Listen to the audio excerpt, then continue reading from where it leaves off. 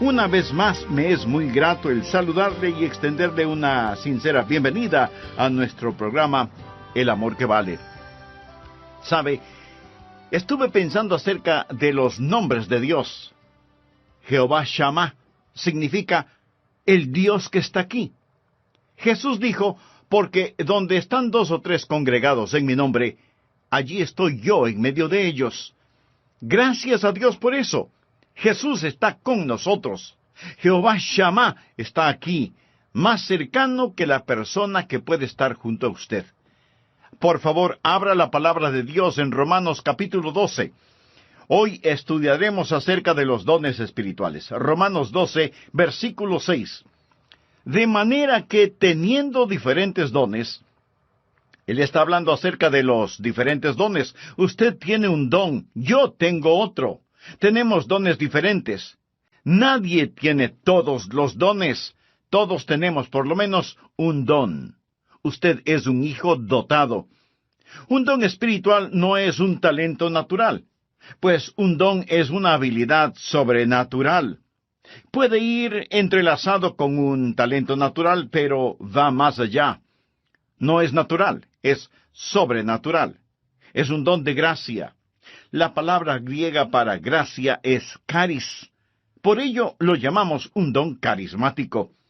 Usted es un hijo dotado y quizás se sienta indigno. Tal vez diga, no soy dotado, pastor. Solo soy un humilde obrero.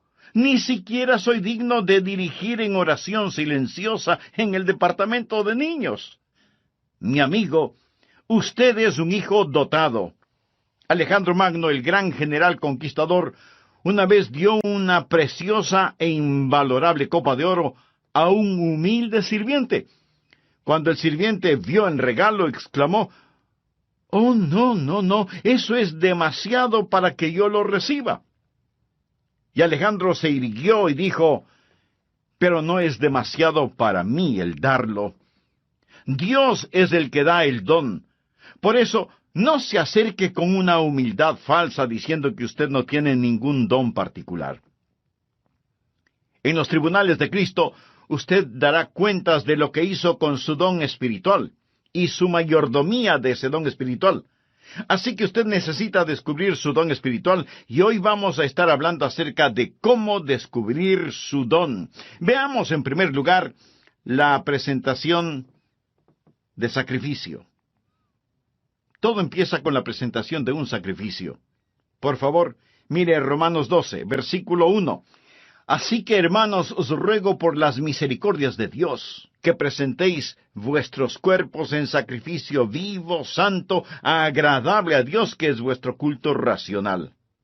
Subraye las palabras presentéis y sacrificio, y entonces entenderá por qué hablo de la presentación de un sacrificio. Pablo escribió bajo la inspiración divina y empieza diciendo, os ruego. Usted sabe lo que significa rogarle a alguien. Significa suplicarle.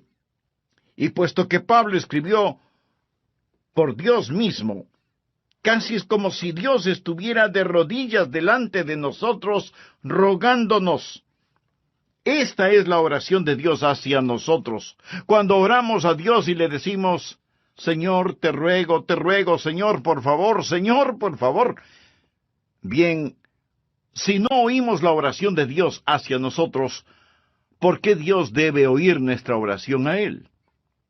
Nuestro Señor está diciendo, os ruego que presentéis vuestros cuerpos en sacrificio vivo. ¿Por qué? En base a las misericordias de Dios. Él es bueno siempre, ¿verdad?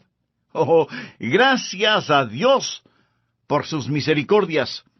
Cuando éramos rebeldes y estábamos bajo maldición e íbamos rumbo al infierno, cuando estábamos en oscuridad y no entendíamos, Él por su misericordia nos buscó, nos salvó, nos guarda, nos satisface, somos suyos, nos compró con su sangre. Escúcheme cuidadosamente. La consagración no es dar a Dios algo. La consagración es quitar sus manos de lo que ya le pertenece a Dios. Usted no es su dueño, usted sencillamente quita sus manos de éste. Usted no puede decir, es mi vida. No lo es. Usted no es su dueño. Fue comprado con un precio y debemos ser un sacrificio vivo. ¿Qué significa que debemos ser un sacrificio vivo? Permítame decirle lo que significa. En primer lugar, va a ser diferente a cualquier sacrificio animal del Antiguo Testamento, porque ningún sacrificio animal fue voluntario. Usted se ofrece, se presenta. ¿Lo ha hecho alguna vez? Simplemente ha dicho, heme aquí, Señor, me presento a ti, soy un voluntario. Todo lo que tengo es tuyo. Wilbur Chapman fue un gran evangelista, y él le preguntó al general Wood, el fundador del Ejército de Salvación, General, ¿cuál es el secreto de su vida? ¿Por qué Dios lo ha usado tanto? El general Wood pasó su mano por sus blancos cabellos, pensó por un momento y luego contestó, Dios tiene todo de mí. Ha habido hombres más inteligentes, enormes oportunidades, pero yo desde el día que tuve la visión de lo que Dios podía hacer por la pobre y antigua ciudad de Londres, determiné en mi mente que Dios poseería todo de mí, de William Booth. Permítame preguntarle, ¿alguna vez le ha dicho eso a Dios? Dios, aquí estoy. Puedes tener todo lo que soy. Me presento voluntariamente como un sacrificio, sabiendo que eso significa que soy desechable. Todos mis planes y metas, así como las llamadas posesiones, los sacrifico, Señor, a tu sangre. ¿Esto no le parece extraño a usted? Bueno, lo es para la gente moderna. Queremos tomar nuestro cristianismo y fijarlo a nuestra vida regular. Queremos defender nuestra vida, nuestros derechos. Permítame decirle lo que le sucedía a un sacrificio en el Antiguo Testamento. Era degollado. Por lo tanto, no más planes propios. Se lo ponía en el altar, y toda vez que era un sacrificio de sangre, había la tendencia de que el sacrificio se resbalara del altar, por lo que usaban dos ganchos llamados ganchos de carne. ¿Sabe usted qué es lo que le sujeta al altar? ¿Tiene usted la tendencia de resbalarse del altar? Bueno, yo la tengo. Hay dos ganchos que lo mantendrán en el altar, disciplina y devoción. Y para pertenecer al Señor Jesucristo, eso es lo que debe hacer, presentarse como sacrificio vivo. Pero la mayoría de nosotros no queremos usar esos ganchos, disciplina y devoción, que nos mantendrán en el altar del sacrificio. ¿Sabe lo que el creyente promedio dirá al respecto? Yo no quiero estar obligado a nada. Me uniría a la iglesia, pero no quiero estar obligado a nada. Puedo prometer una ofrenda de amor, pero no quiero estar obligado. Quiero ser libre. No, mi amigo. Esto no es un sacrificio. ¿Y qué es lo que le pasaba al sacrificio en el Antiguo Testamento? Era consumido, era quemado. ¿Sabía que usted nunca adorará a Dios verdaderamente hasta que sea consumido? ¿Alguna vez ha sido consumido por el fuego santo de Dios? Eso es lo que Pablo está diciendo. Pero algunos de ustedes objetarán diciendo, un momento, pastor, por favor, yo no quiero hacer todo eso. Solo quiero que me diga cuál es mi maravilloso don espiritual. Bueno, Pablo se lo va a decir. Pero verá, mi amigo, primero debe haber una presentación sacrificial, o sea, la presentación de usted mismo. Usted dice, Pastor Rogers, si yo hiciera eso, ¿quién sabe lo que Dios quisiera que yo haga? Suponga que usted tiene un hijo, jovencito, y suponga que un día su joven hijo viene y le dice, Papá, he estado pensando, tú eres tan sabio, amoroso y bondadoso, y tienes tanta experiencia. Por eso, me parece que lo mejor que puedo hacer es pedirte consejo. Y lo que tú me digas que debo hacer, eso es lo que haré, y lo haré de todo corazón. Dime qué quieres que haga, dónde quieres que vaya, qué deseas que estudie, quiénes quieres que sean mis amigos. Lo que me digas lo haré. Y usted piensa, mi hijo debe tener calentura. Pero suponga que en verdad quiere hacer lo que usted le pide. Así que usted va donde su esposa y le dice, parece que a nuestro hijo lo tenemos en las manos. Él se va a arrepentir de haberme dicho que hará cualquier cosa que yo le pida. ¿Procedería usted así? Creo que no. Lo más probable es que si usted estuvo pensando en regalarle un carrito, aunque sea usado, lo que su hijo le manifestó inclinará un poco más aceleradamente la balanza. ¿No le parece? Es la manera que él tiene de decirle, papá, yo sé que me amas. Usted se presenta a sí mismo como sacrificio vivo y comprobará cuál sea la buena voluntad de Dios, agradable y perfecta. No tenga miedo de entregarse a Él, ni de decir, heme aquí, Señor, me entrego totalmente a ti. Ese es el primer principio, la presentación de un sacrificio. El segundo principio es, habrá una transformación espiritual. Después de la presentación viene la transformación. Mire por favor el versículo 2. No os conforméis, es decir, no se dejen amoldar a este siglo, sino transformaos por medio de la renovación de vuestro entendimiento, para que comprobéis cuál sea la buena voluntad de Dios agradable y perfecta. Una transformación. La palabra transformación aquí es una traducción de la palabra griega metamorfo. ¿Qué palabra le recuerda? Metamorfosis. Y esta es la transformación. Usted pasará por una metamorfosis. Como una oruga entra en un capullo y pasa por una metamorfosis, y ese feo gusano que entra en ese capullo sale como hermosa y gloriosa mariposa. ¿Por qué? Porque ha pasado por una metamorfosis que literalmente significa un cambio de forma. Y cuando usted se presenta de esa manera a Dios, amigo, usted va a tener una metamorfosis.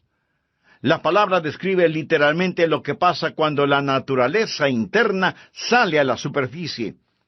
¿Cuál es la naturaleza interna de esa oruga? Es una mariposa.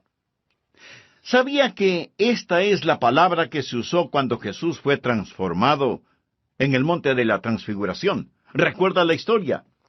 Él subió a esa montaña con Pedro, Santiago y Juan, y allí la Biblia dice que él fue transformado, transfigurado. Es exactamente la misma palabra que se usa aquí. Por ello, se le llama el monte de la transfiguración. Jesús pasó por una metamorfosis. ¿Recuerda lo que dije? ¿Qué es una metamorfosis? Es cuando la naturaleza interna sale a la superficie. ¿Cuál es la naturaleza interna de Jesús? Gloria. Cuando Él pasó la metamorfosis, su gloria salió a la superficie, su rostro resplandecía como el sol de mediodía. Su vestidura era blanca como la nieve. El fulgor del Señor Jesucristo estaba allí siempre, pero lo que estaba en la naturaleza interna pasó por una metamorfosis, y la naturaleza interna salió a la superficie como la naturaleza interna de una oruga, una mariposa. La naturaleza interna de Jesús es gloria. Una pregunta. ¿Cuál es su naturaleza interna si es salvo? Jesús. Jesús. Él es su naturaleza interna.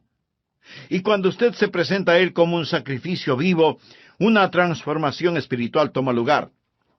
El Jesús que es residente en usted se convierte en el Jesús presidente en usted. El Jesús escondido en usted es el Jesús revelado en usted.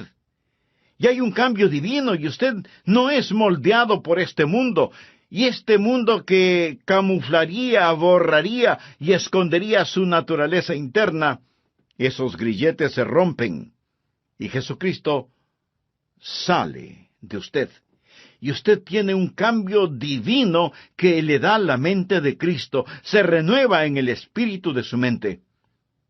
Usted nunca entenderá realmente su don espiritual sin la mente de Cristo, sin una mente renovada. Y si usted está intentando descubrir su don espiritual sin presentarse voluntariamente como sacrificio, con razón que no sabe cuál es su don espiritual. ¿Sabe por qué usted no sabe cuál es su don espiritual? Porque su mente no está renovada.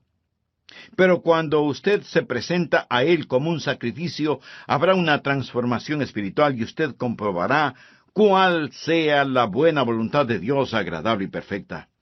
No le tema a la voluntad de Dios. Ese es el lugar más alto, más feliz y más santo para usted. El tercer principio es, habrá tiempo para una sobria consideración. Leamos Romanos 12:3. Digo, pues, por la gracia que me es dada. Recuerda lo que es la palabra gracia. Es caris. El apóstol está diciendo, por el carisma que he recibido, a cada cual que está entre vosotros, que no tenga más alto concepto de sí que el que debe tener. Subraye la palabra tener. Sino que piense de sí con cordura, conforme a la medida de fe que Dios repartió a cada uno. Note el énfasis de Pablo en las palabras tener y pensar. No estamos hablando de que Él, Jesús, va a renovar nuestra mente. Bien. ¿Qué es lo que usted haría con una mente renovada? Puedo sugerirle que piense. Tal vez algunos de ustedes crean que es erróneo el pensar. Piensa que cuando usted se volvió un creyente, puso su mente en neutro, y que debe vivir solo con estremecimientos espirituales. ¡No! Dios renueva su mente para que usted pueda pensar con esa mente renovada. Hablamos de descubrir su don espiritual y usted debe pensar. Ahora, ¿cómo o qué piensa de usted mismo? Quiero que haga un inventario de usted mismo. Olvídese por un momento de mí y solo piense en usted. ¿Cómo debe pensar? Bueno, miremos la respuesta en el versículo 3. Que no tenga más alto concepto de sí que el que debe tener. Eso, mi amigo, en simple español quiere decir que no debe presumir de tener un don espiritual que no lo tiene. Escuchamos a algunas personas decir, «Oh, usted puede hacer cualquier cosa que piensa que puede alcanzar». Hay una palabra muy castiza para describir eso. Tonterías. Eso es pura necedad. Les dicen a los jóvenes, cualquier cosa que quieran hacer, la pueden hacer. Muy bien. Veamos quién puede tomar el lugar de Michael Jordan, el más grande atleta que ha existido en el básquetbol. ¿Quién puede rivalizar con él solo pensándolo? No. Usted no podrá hacerlo porque no tiene ni la habilidad ni la contextura física para hacerlo. Michael Jordan nació para jugar básquetbol. Pero así como él tiene talento natural y habilidad física para el juego, usted tiene talentos y habilidades sobrenaturales. Pero lo que necesita hacer es no pensar acerca de usted mismo con un más alto concepto del que debe tener. No hay que tener una falsa humildad. Miremos nuevamente Romanos 12:3. Que no tenga más alto concepto de sí que el que debe tener, sino que piense de sí con cordura. La palabra cordura es una palabra interesante. Proviene de dos palabras griegas que significan ahorro y mente. Pensar con cordura. Decir, soy lo que soy por la gracia de Dios. Así que no vaya por ahí diciendo que usted no tiene ningún don espiritual. Eso no es más que una falsa humildad. Y una falsa humildad es tan mala como el pecado de la exageración. El decir que usted tiene un don espiritual no es malo, pero el decir que no lo tiene es rebelión. Tiene que pensar con cordura, o sea, tiene que pensar honestamente acerca de lo que tiene. El negar el regalo de la gracia no es humildad, es incredulidad y rebelión. Pensar de nosotros mismos con cordura, sin pecaminosa exageración ni falsa humildad. Mírese a usted mismo. Haga un inventario de usted mismo. Pero, pastor, eso suena complicado. ¿Podría ayudarme un poquito? Deme alguna guía de cómo pensar. Bien, en el próximo programa de esta serie le daré a conocer varios principios que le ayudarán mucho en este asunto de descubrir su don o dones espirituales. Antes de finalizar, quiero decirle que si usted hizo un inventario honesto de usted mismo, seguramente descubrió no solo que no está utilizando sus dones, sino que no tiene una relación personal con el dador de sus dones. Y para activar esos dones espirituales, usted necesita estar conectado a la fuente de poder. Si ese es su deseo, le invito a orar de la siguiente manera. Amado Dios, sé que he estado viviendo una religiosidad que no ha cambiado mi manera negativa de vivir. Me reconozco pecador delante de ti y vengo a implorar tu misericordia, tu perdón, tu gracia. Señor Jesús, gracias por pagar la deuda de mi pecado con tu propia vida en la cruz del Calvario. Gracias por amarme de tal manera. Este mismo momento por fe te recibo en mi corazón como mi Salvador y Señor. Ten la bondad de hacerme un instrumento útil en tus manos y utiliza mi vida y los dones que me has dado para honra y gloria de tu nombre. Lo pido en tu nombre. Amén.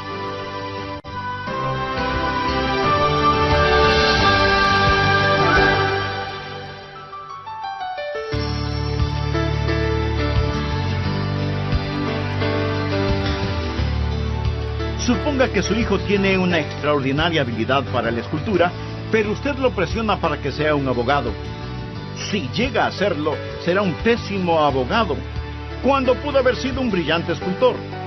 Y habrá enojo en ambos, en su hijo porque usted no le dejó ser escultor, y en usted porque se avergonzará de tener un hijo que es mal abogado. Los ejemplos abundan en las familias y, aunque usted no lo crea, en las iglesias. En vez de dejar que las personas hagan aquello para lo cual Dios las ha equipado y les ha dado un don, tratamos de frenarlas en las áreas en las cuales sobresalen y las inflamos en áreas para las cuales no tienen ningún don. Dios le ha dado a usted un don particular y hoy terminaremos de estudiar cómo descubrir su don espiritual. Bienvenidos a El Amor que Vale, con el pastor, maestro y autor, Dr. Adrián Rogers, supliendo las necesidades de la gente con la verdad de la palabra de Dios, trayendo personas a Cristo, transformando vidas alrededor del mundo y ayudándole a usted a descubrir el poder del amor más grande, el amor que vale. A continuación, un edificante mensaje del Dr. Adrián Rogers en la voz del pastor Lenín de Llanón. Un muy atento saludo para todos ustedes, apreciados amigos de nuestro programa El Amor que Vale. Quiero compartir con usted varios principios que le ayudarán a descubrir su don espiritual. Primero, el principio de la iluminación. Verá, el Santo Espíritu de Dios que está en usted iluminará su mente. Esta es la parte mística de este asunto. Quiero decir, no hay una fórmula matemática. El Espíritu Santo de Dios empezará a hablar a su corazón. Así lo hizo cuando me llamó para que predicara su palabra. Ese es el ministerio de iluminación. Segundo, el principio del gozo. Cuando usted siente que el Espíritu de Dios lo mueve a que haga algo, eso es iluminación, y usted lo hace, va a sentir gozo. De paso le diré que sea que lo note o no en mi voz, yo siento gozo en hacer lo que estoy haciendo este momento, predicar la palabra de Dios. Siento mucho gozo predicando, y usted tiene que preguntarse a usted mismo, ¿qué es lo que en realidad me gozo en hacerlo? ¿Ha escuchado el relato de la escuela para animales? El caso es que los animales tenían una escuela en donde se les enseñaba a correr, a trepar, a volar y a nadar. Y cuando el pato ingresó en esa escuela, era formidable nadando. Volando no era tan bueno, y era muy malo para trepar y correr. Así que como era muy bueno nadando, no le dieron clases de natación. y más bien lo pusieron en la pista atlética para que corriera y corriera y corriera. Después de un tiempo, se volvió pésimo nadando y su correr no mejoró. El águila también entró a la escuela y era fantástico verle ascendiendo y alcanzando la copa de los árboles, pero dijeron que no lo estaba haciendo en la forma correcta. Así que le llamaron la atención por eso y le ordenaron que recibiera lecciones de natación. Al águila no le gustó recibir esas lecciones y se volvió rebelde, por lo que le expulsaron de la escuela. Luego vino a la escuela el conejo, quien era increíble corriendo. De hecho, le encantaba correr, pero no era tan bueno en el resto de cosas. Era malo nadando y no le gustaban las clases de natación. Tampoco le gustaba el trepar a los árboles, y después de unos días, el pobre conejo tuvo un ataque de nervios. Luego vino la tortuga. Uno debe sentir pena por la tortuga. No podía correr, no podía nadar, no podía volar, no podía trepar, y los animales dijeron, ¿qué de bueno puede hacer la tortuga? Así que le quitaron su caparazón para que fuera un poco más rápida caminando, hasta cuando un caballo la pisó. Y ese fue el final de la pobre tortuga. Al fin de cuentas, la escuela para animales fue un completo fracaso. Usted dirá, pero eso es ridículo. Mi amigo, eso es exactamente lo que estamos tratando de hacer en las iglesias en nuestros días. En vez de dejar que las personas hagan aquello para lo cual Dios les ha equipado y les ha otorgado un don, tratamos de frenarlas en las áreas en las cuales son fuertes y de inflarlas en algunas áreas para las cuales no tienen ningún don. Dios le ha dado a usted un don particular y va a descubrir que recibirá iluminación sobre su don espiritual y experimentará gozo al utilizar su don. Tercero, el principio del ánimo. Usted encontrará a otras personas animándole en su don espiritual. ¿Por qué? Porque ellos son bendecidos por su don. Fue maravilloso para mí cuando era un jovencito en la iglesia y yo rendí mi vida para hacer lo que el Señor Jesús quisiera que yo haga. Escribí en un pedazo de papel, aquí estoy, Señor, para lo que tú quieras que yo haga. Y ellos me pidieron que fuera el pastor para la semana juvenil. ¿Se puede imaginar eso? Yo no era un buen estudiante. Inteligente, pero no era un buen estudiante. Ni siquiera recuerdo si llevaba libros a la casa para estudiar. Y si algo no lo entendía durante las clases, pues fingía haberlo entendido. Y así pasaba con calificaciones promedio. La última cosa que se me hubiera ocurrido pensar era que me pidieran predicar durante la semana juvenil, y ahí estaba yo, petrificado. Pero prediqué. Y la gente después vino a decirme, me bendijo lo que dijiste. Estuvo bueno. Debes predicar otra vez. Al principio pensé que me lo decían por pura cortesía. Seguramente no dije nada bueno, pero continuaron felicitándome, y eso me gustó. Si un predicador le dice, no me gusta que me digan que prediqué bien, mi amigo, esa es una mentira. Quiero decir, cuando a usted le animan, eso ayuda. Entonces hay iluminación, hay gozo y hay ánimo. Cuarto, el principio de la participación compartida. Romanos 12, versos 4 y 5. Porque de la manera que en un cuerpo tenemos muchos miembros, pero no todos los miembros tienen la misma función, eso es, no todos hacen el mismo trabajo, así nosotros, siendo muchos, somos un cuerpo en Cristo, y todos miembros los unos de los otros. Ahora necesitamos aprender que cuando nos presentamos nosotros mismos a Jesús, también nos presentamos el uno al otro. Debe haber una participación compartida. Cuando usted pertenece a Cristo, también me pertenece a mí. Y cuando yo pertenezco a Jesús, también le pertenezco a usted.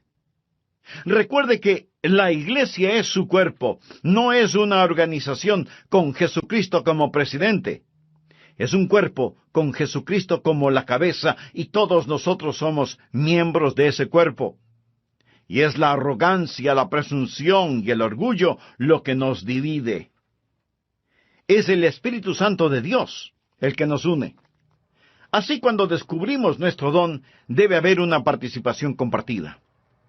Ahora, los dones de todos no son tan obvios. Quiero decir, usted está escuchando por medio de mi voz lo que tengo en mi mente, no lo que tengo en mi hígado. ¿No es cierto?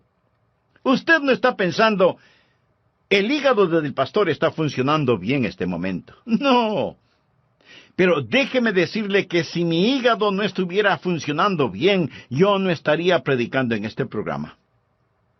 Verá, en cada iglesia cristiana evangélica hay miembros que hacen distintos trabajos, personas a las cuales ni siquiera las vemos, pero ellas tienen una participación compartida. Y cada don ha sido dado para perfeccionar el cuerpo de Cristo.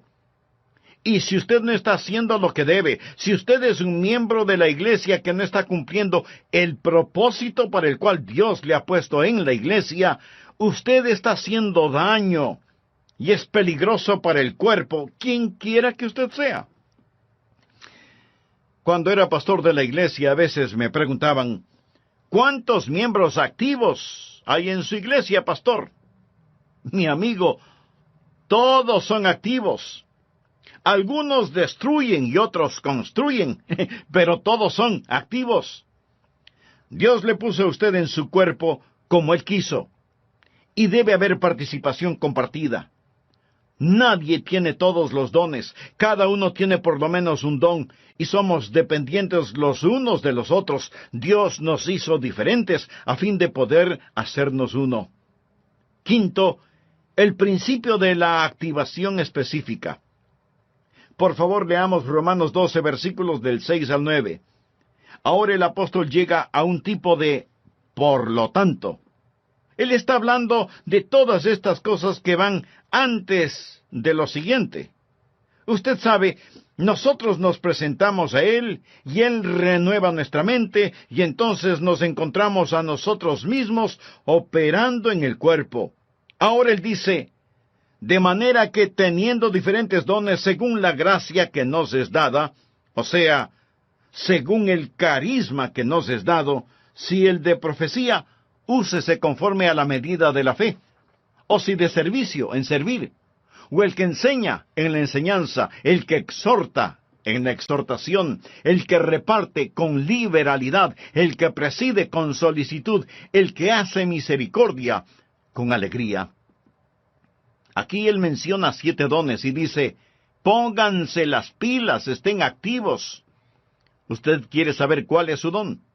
Bien, simplemente escoja uno que piensa puede ser su don y póngase a trabajar. Es difícil dirigir a un buque que no se mueve. No se siente simplemente allí. Usted va a descubrir su don cuando esté ocupado. Él dice, profecía. Úsese conforme a la medida de la fe. Es decir, usted puede tener no mucha fe, pero la tiene conforme a la medida de fe que Dios repartió a cada uno. Tome lo que tiene y póngalo a trabajar. Leamos una vez más rápidamente estos 7 dones. Veamos si puede detectar el suyo. 7 dones aquí mismo. Primera de Corintios capítulo 12 menciona más dones, pero aquí en Romanos 12, primeramente habla acerca de la profecía en el versículo 6. ¿Lo ve usted? Mírelo, bien. ¿Qué es profecía? El don de profecía es declarar la verdad. Si usted tiene el don de profecía, se encontrará, por ejemplo, sirviendo en el ministerio de las prisiones, trabajo misionero. Se verá quizás enseñando una clase. Pero usted se va a encontrar enseñando, usted va a tener un deseo de poner persuasión y será persuasivo, y usted moverá a las personas a la acción. Y luego menciona en el versículo 7, servicio. Esa es otra palabra para el ministerio. Y usted va a encontrarse, si ese es su don, haciendo lo que tantas personas hacen tras bambalinas en las iglesias. Y eso es satisfacer necesidades espirituales de una manera práctica. Es trabajo dentro de la iglesia, en actividades de acuerdo al don que tiene. Ayer asistí a un programa de actividades. 2 de mis nietos estaban jugando baloncesto. Allí se fue todo el día sábado.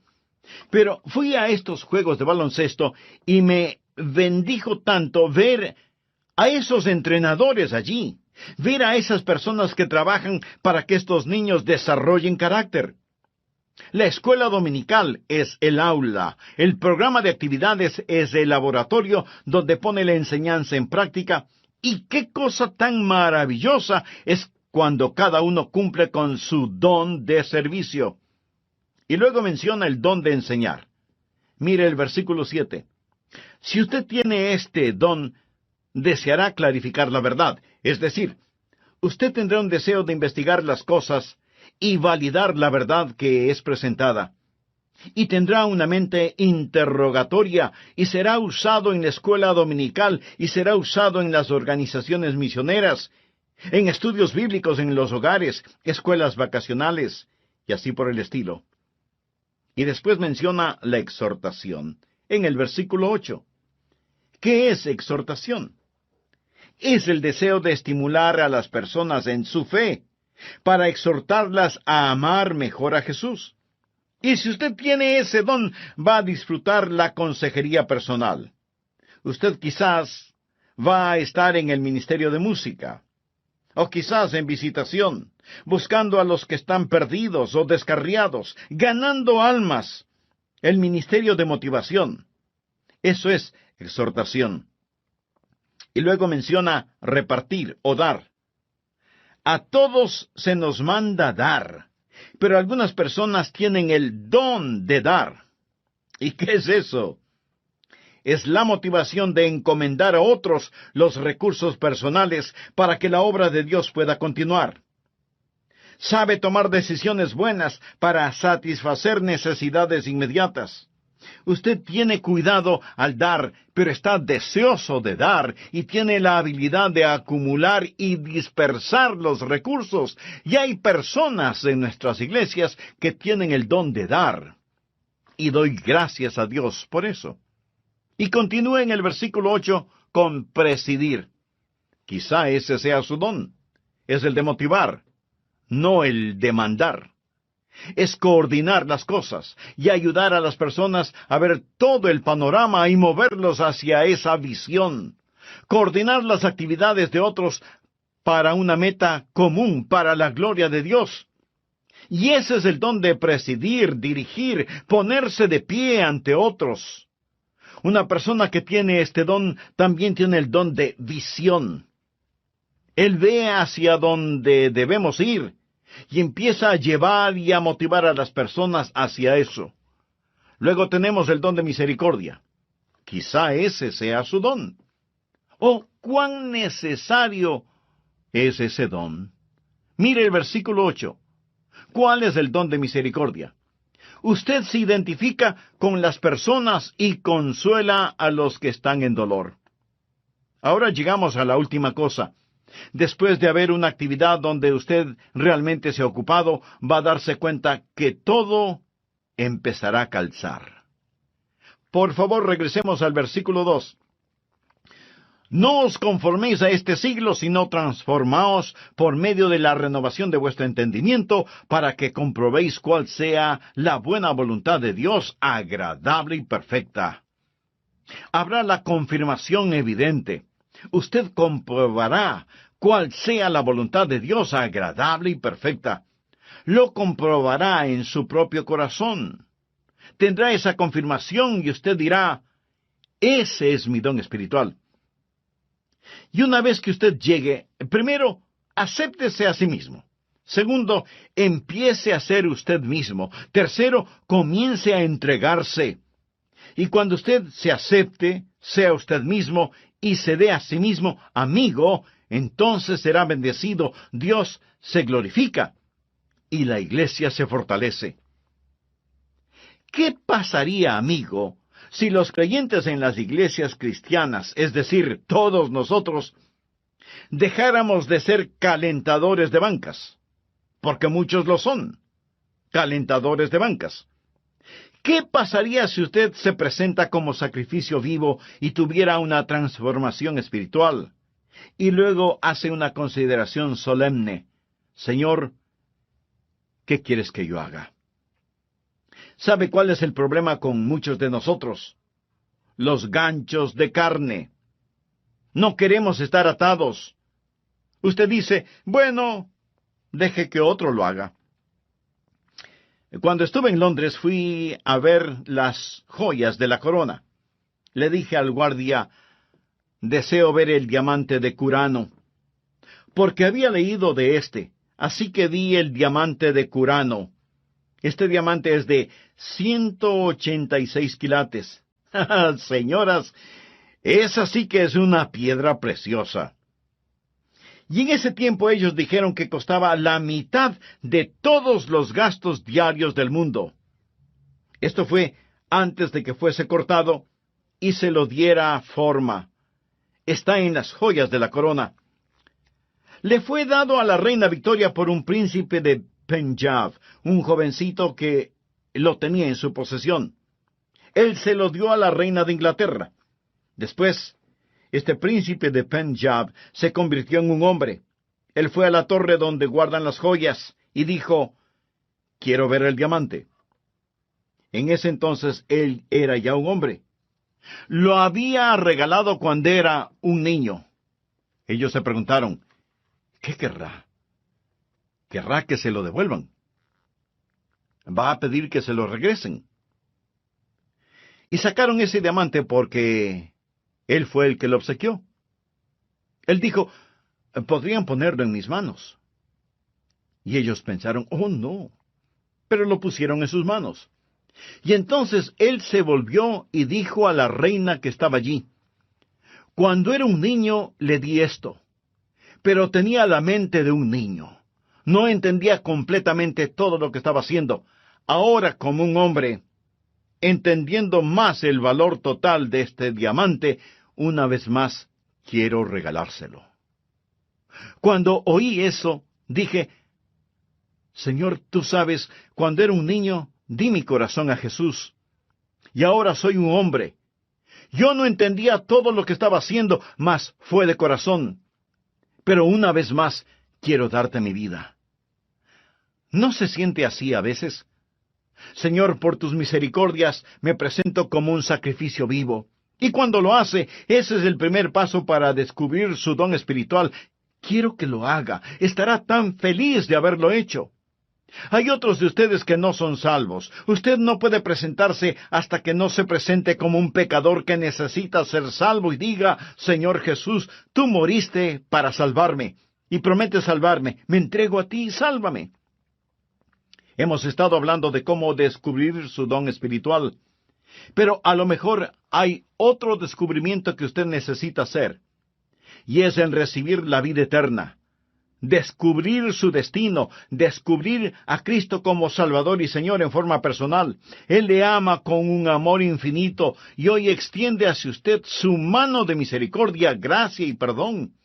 Dios quiere salvarle. Usted no tiene que persuadir a Dios para que le salve. Ore conmigo de la siguiente manera. Señor Jesús, ven a mi corazón, perdona mis pecados, límpiame. Sálvame. Señor Jesús, confío en ti y ayúdame a descubrir el don espiritual que tú mismo me diste para servirte total y completamente. En tu santo nombre lo pido, tu santo nombre lo pido, tu santo nombre lo pido, tu santo nombre lo pido, tu santo nombre lo pido, tu